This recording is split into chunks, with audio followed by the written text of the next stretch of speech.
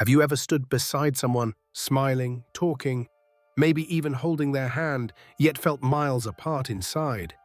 We live in an age overflowing with connection. Messages arrive in seconds, faces appear on screens from across the world, but somehow our hearts have never felt further apart. We talk about safe things, work, plans, the weather, but the real stories stay buried beneath our polite words. Why? Because being truly seen feels risky. Somewhere along the way, many of us learned that showing our hearts could lead to rejection. So we keep the conversation light, stay close enough not to feel lonely, but far enough not to be hurt. We smile at the right times, nod at the right moments, and call that connection. Yet deep down, it feels hollow. If you pause for a moment and look within, ask yourself, how many times this week did you say, "I'm fine," when your heart was silently pleading for someone to ask again? We wear our composure like armor, believing it keeps us safe. But masks don't heal us, they only delay the truth. Behind every "I'm okay" may live a tired soul waiting for permission to feel. The truth is simple but hard. You cannot heal while pretending. Real peace comes only when you dare to be honest, even if your voice trembles. Before we learned to act strong, there was once a child, small, hopeful, reaching out for warmth that sometimes disappeared. One day the embrace was gentle, the next distant. That child learned that love could vanish, that closeness could sting. So they made an invisible vow: never need too much, never show too much. That's how the wall began, brick by brick, fear by fear. As adults, we call it independence, discipline, ambition. But sometimes what we call strength is simply a carefully disguised form of fear. If this sounds familiar, don't blame yourself. 3. Those walls were built to protect you, not to punish you. But what once kept you safe may now be keeping you alone. Healing doesn't start by tearing the wall down overnight. It begins with one act of courage, a single window left open. Write one line today: what am I afraid someone might see in me? Then reach out to a friend and say, "Hey, could we talk? I've had a heavy day."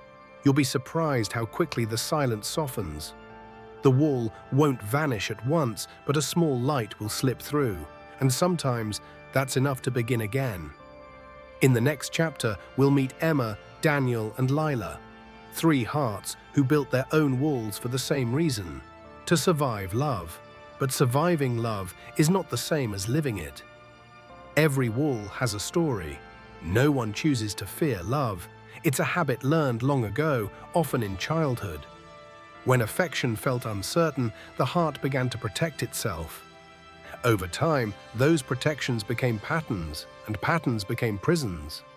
Emma, Daniel, and Lila each built a different kind of wall, but all from the same material: fear. Emma grew up with a father whose love changed with the weather, warm one day, cold the next. She learned that love could disappear without warning. As an adult, peace makes her uneasy. When kindness feels too steady, she grows suspicious. When affection deepens, she panics. "I need time," she says, but what she really needs is distance to feel safe.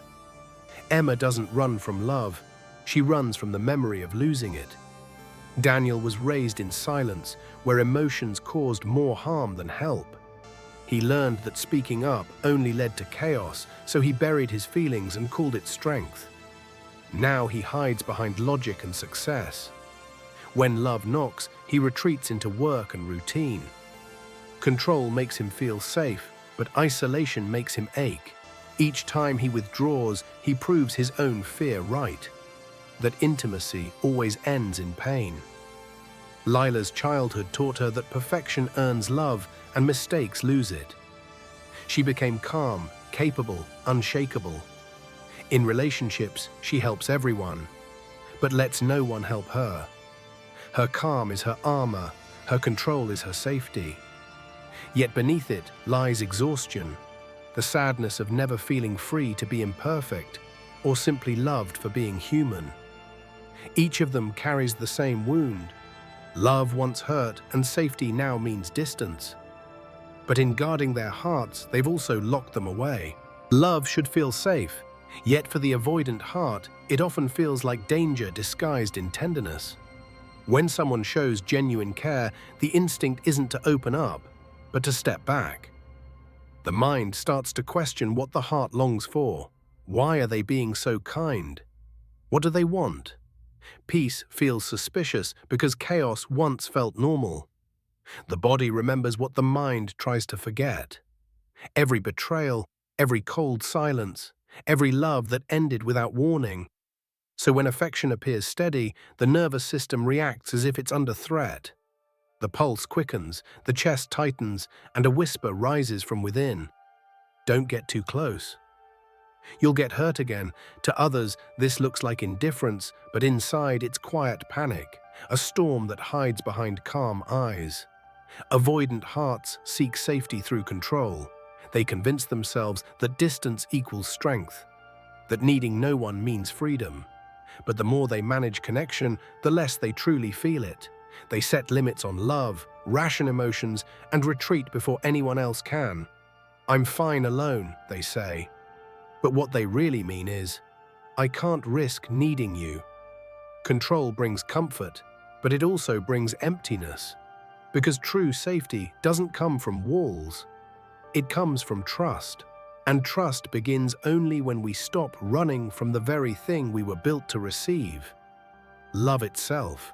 There comes a moment when the pattern becomes unbearable, when the silence between two hearts grows louder than words. The avoidant person pushes away the very love they once prayed for, convincing themselves it's for the best. But when the noise fades, what's left isn't peace. It's emptiness. It's lying awake at night, replaying every moment they pulled back, every chance they refused. This isn't the sharp pain of heartbreak, it's the dull ache of isolation, the quiet sorrow of being unseen even by one's own self. The loneliness doesn't come from others leaving. It comes from the walls that never let anyone stay. Then, somewhere between exhaustion and longing, a question begins to rise. What if the wall isn't protecting me anymore? What if it's what's keeping me alone? That thought is small, but it's powerful, because it's the first crack in the armor. Every "I don't need anyone" begins to sound hollow. Every claim of strength starts to feel like fear. Deep down, they realize that what they call independence is just a safer word for doubt. Doubt that anyone could truly stay if they saw the whole truth. And in that moment of clarity, the wall doesn't fall yet, but it trembles, because the heart finally whispers the truth it's been hiding all along. I don't want to be safe anymore. I want to be loved. Healing doesn't begin with dramatic breakthroughs. It starts quietly, with understanding. You don't destroy the wall by tearing it down. You let compassion loosen its edges. Instead of fighting your defenses, you start listening to them. You begin to see that the wall wasn't built out of pride, but out of pain, out of the desperate need to stay safe when safety was uncertain. With gentleness, you tell yourself, love no longer equals danger. You remind your heart that what once hurt you isn't happening now. Bit by bit, fear starts to lose its power, not because it disappears, but because it's finally understood. That's the first crack, a small moment of truth breaking through years of silence. To heal is to stay open even when every instinct tells you to close. Vulnerability isn't surrender, it's strength without armor. It's the quiet bravery of saying, I'm scared, but I'll stay. Each time you choose honesty over avoidance, the wall weakens. Each time you stay present through discomfort, love finds its way in. The process isn't loud. There's no grand explosion, no cinematic moment. Instead, the wall crumbles softly, replaced not by chaos, but by peace. Because when you allow yourself to be seen, you discover something profound. The world isn't waiting to wound you. It's waiting to meet the real you. When the heart begins to soften, something remarkable happens. The stories of Emma, Daniel, and Lila begin to intertwine, three paths shaped by fear, now converging toward truth. For so long, each of them believed that distance was safety, that control was strength, and that solitude was freedom.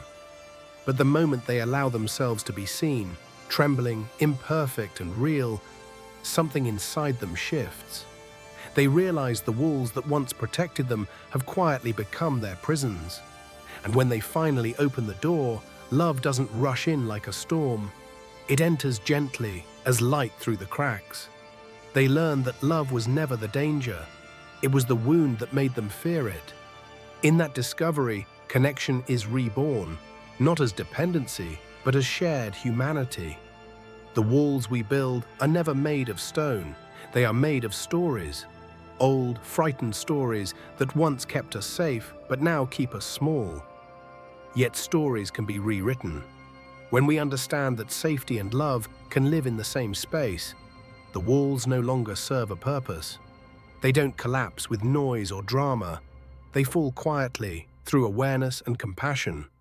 And in their place, peace settles. Not the hollow stillness of isolation, but the living calm of being known.